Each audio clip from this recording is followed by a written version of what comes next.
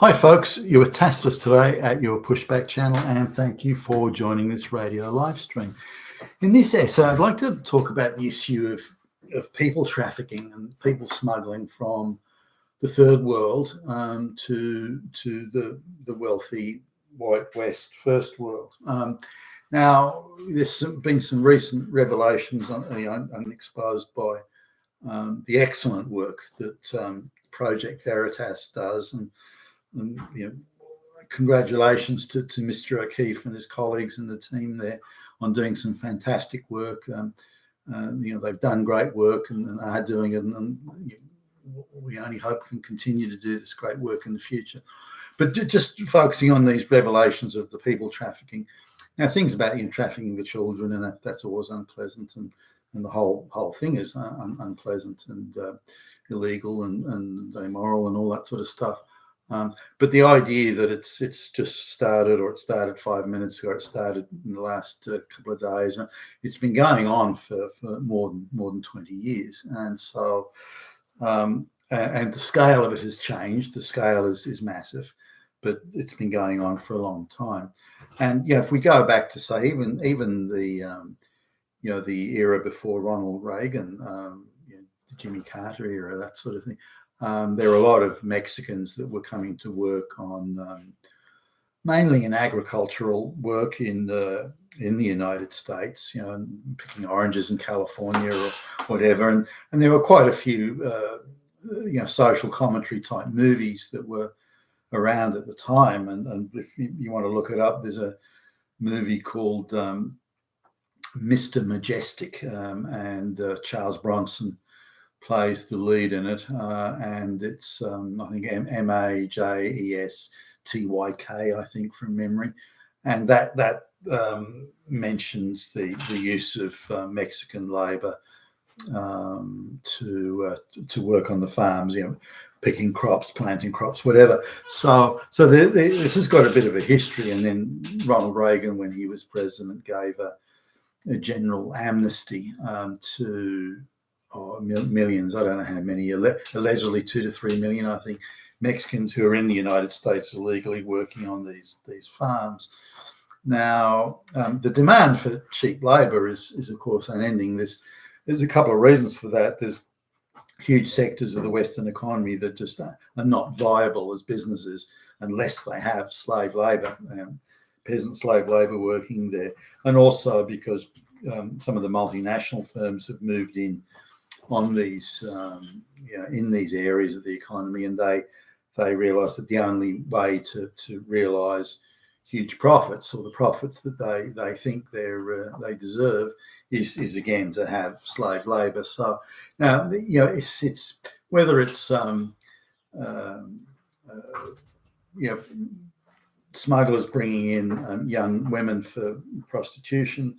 They're an easy target from the poor countries, and they come to the West and they work as whether it's dishwashing or prostitutes, or painting nails as manicurists, or working in farms or whatever. These are people that live in rural villages. They've got no employment there, and whatever employment they do have pays next to nothing.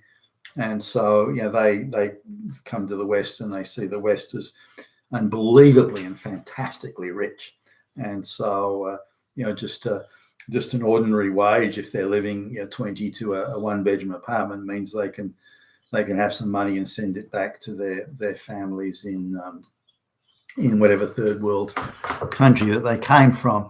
But this idea of the people trafficking, it's a globalist objective to move as many black and brown surplus population people from the third world into the first world. It is an absolute globalist objective. I mean, it is number one objective.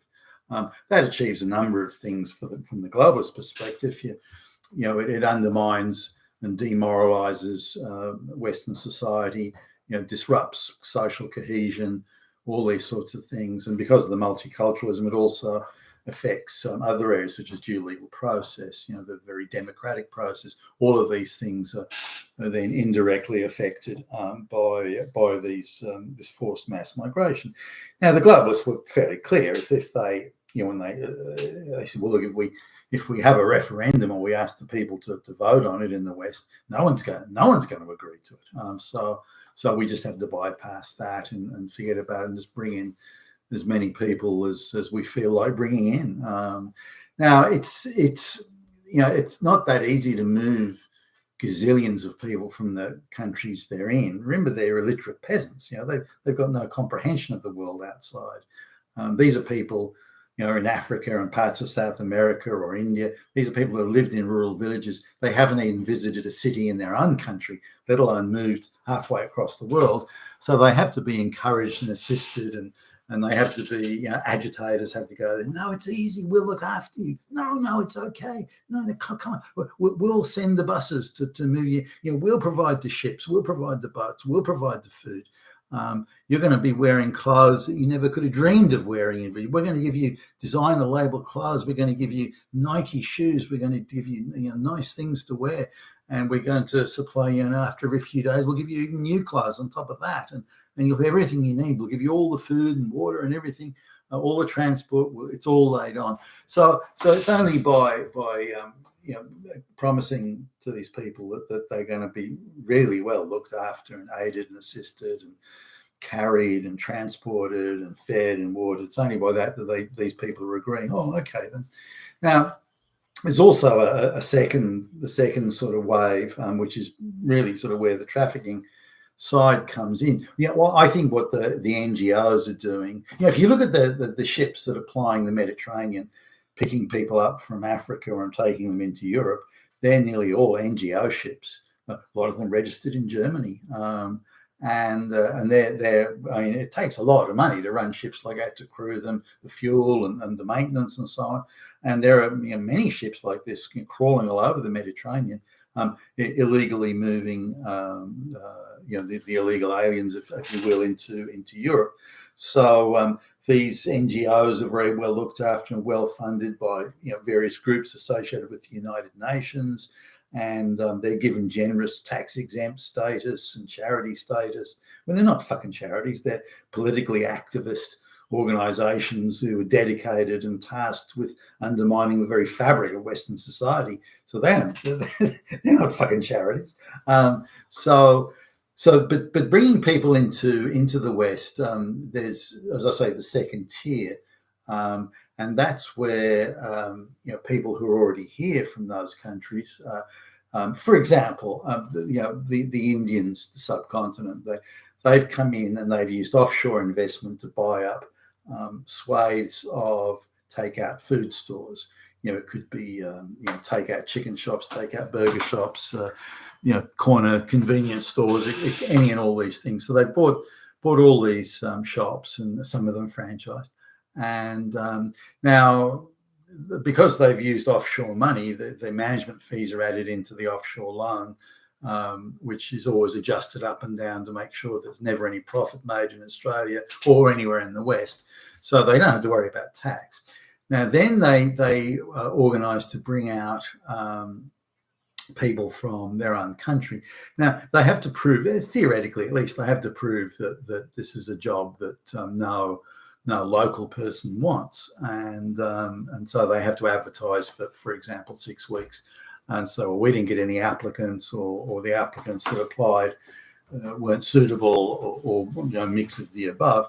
So they have to. They then are allowed to bring out people from overseas. Inevitably, this is some Indian rural, peasant basket case bullshit village somewhere, and they bring these folks out, and they put them 20 to a room in some property that the Indian Brahmin rich dude has bought anyway as part of a nice Western property portfolio. They put them in there, and say they're paid $100, or just around, for example, $100 a week. They'll say, well, $50 is rent. We'll feed you. That's another $20. We brought you out here. You have to pay that back. So that's another $10.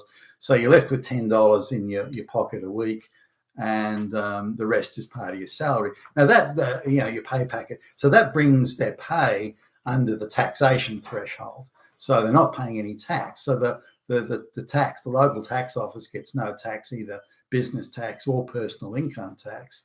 And the goon that's running the show gets his salary paid offshore, so he doesn't pay any tax. So no one's getting paid any tax. No one's paying any tax here, and so they're able to run the business.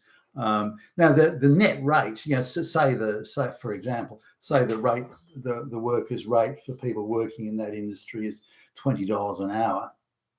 Well, they're effectively paying these people $3 an hour. That's the effective rate that they're getting paid.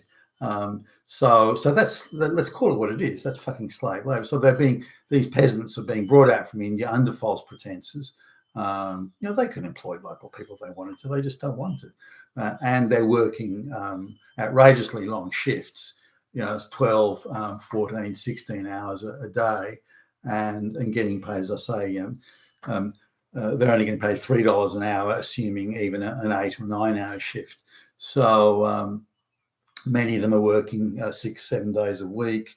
But the argument is by the Brahmin, the Indian Brahmin goons who are running it all, is that these people are still better off than they would have been if they stayed in India. So now that may be true. If you're some rural village peasant living a subsistence lifestyle, real hand to mouth, then it may be better. I don't think the quality of life will be better, but you may be a few bucks more in their pocket. And then they have the option, and they dangle the carrot in front of them that we'll arrange for you to get Australian or whatever the Western country is citizenship. Then you can bring out your whole village, your 10th cousins and all that sort of thing. So they have that dream, and often the family, back in the illiterate peasant family back in the village, often they're supporting them and saying, yeah, you go and make sure that the whole village, hundreds of us can all go to the West, and they're simple people. They don't understand the realities of the world. They just see the chance of going to this glittering prize of the rich Western country, and they gag and drool at the prospect of it. So that's where the main, in my view at least, that's where the main slavery, if you like, people trafficking aspect comes in. Now, there are many, tens, if not hundreds of thousands of people that are coming in through there. The Chinese are also bad at it. The Chinese will scam the system as well. They'll insist that they can only employ people with a very unique Chinese dialect in the system as well. They'll insist that they can only employ people with a very unique Chinese dialect, language dialect. And so they want they say, well, we can't find anyone here who speaks that dialect. We can only get it from China. So they can transport whole villages of peasants out to Australia to work as dishwashers and beauticians, prostitutes, whatever the case may be. And it can't be that the immigration authorities in Australia don't know, they're not onto this. It just isn't possible. So obvious to me and people I know, but so they just must be allowing it, wanting it and allowing it to happen. So this is the that side of the people trafficking aspect. Now there's also sort of some other sides I've noticed. There was an English guy that had overstayed his visa, and I was quite surprised at how much effort and energy and resources the Department of Immigration was prepared to put into tracking this guy down and deporting him. I mean, some real effort was put in, real time and energy. The lawyers and the immigration officers, that was hard work, and they were determined to nail him and get him. But you don't see the same determination when the people are brown and black illiterate peasants. There seems to be what I would describe as a reluctance to deport them. In fact, it almost seems to be that they're, it's okay, you can stay if you want. Okay, you're breaching the law, but we don't really care. And which again suggests as part of that project, the globalist project, to bring out as many brown and black people as possible. Now, other things happen too, and we see this sort of the Project Veritas thing where young children may be brought out again for things like the dishwashing and the picking fruit and whatever, those sorts of things, bringing the children out, because in their home countries, children that age do work, and it's not considered unusual. Or, there's no labour laws that prevent it. So there could be, the 12-year-old, 11-year-old kid is quite used to working every day. So they bring out the 11-year-old kid, but they've got to, again, break laws to it and so on. But again, immigration officials can't be unaware of it. So I think it's known and known well. Now, if particularly younger girls, the brought out, then it's quite possible they'll be led into providing adult services, and that's a very sad and very unfortunate event when it occurs. But again, I don't believe the authorities are unaware of it. How much is done about it, or whether anything's done, or whether there's the will to do anything about it, or whether or not they even are approving of it in some sort of a sense, thinking, well, hey, it goes on, why not? Who cares? But this idea of people trafficking is going on, even in quasi-legal things, where the Western universities are desperate to get their hands on black and brown peasants, or black and brown anything, and to try and get them out to the Western universities. That's in my view, that's tantamount to people trafficking. So this is something that's happening on a grand scale, has been happening. And if you look at the amount of people that come to the West who don't speak a lick of English, and again, as I mentioned in other videos, they're illiterate in their own language, we can sort of say with absolute surety that these people are haven't met any of the criteria that they're supposed to meet before they come out to Western country. We're told regularly, oh no, we make sure you have to speak good English, you have to have qualifications, you have to have needed skills. And yet, certainly the ones that I come across, they got none of these skills. They don't meet any of this criteria. So the government, in Western governments, in my view, are also actively engaged in, and again, what is tantamount to people trafficking.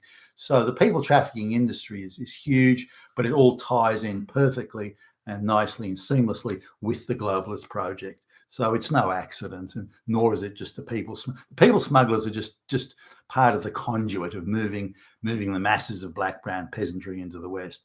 And the people smugglers are providing, in the view of the globalists at least, a useful service. And when you're in service of the globalists, they will help you and support you.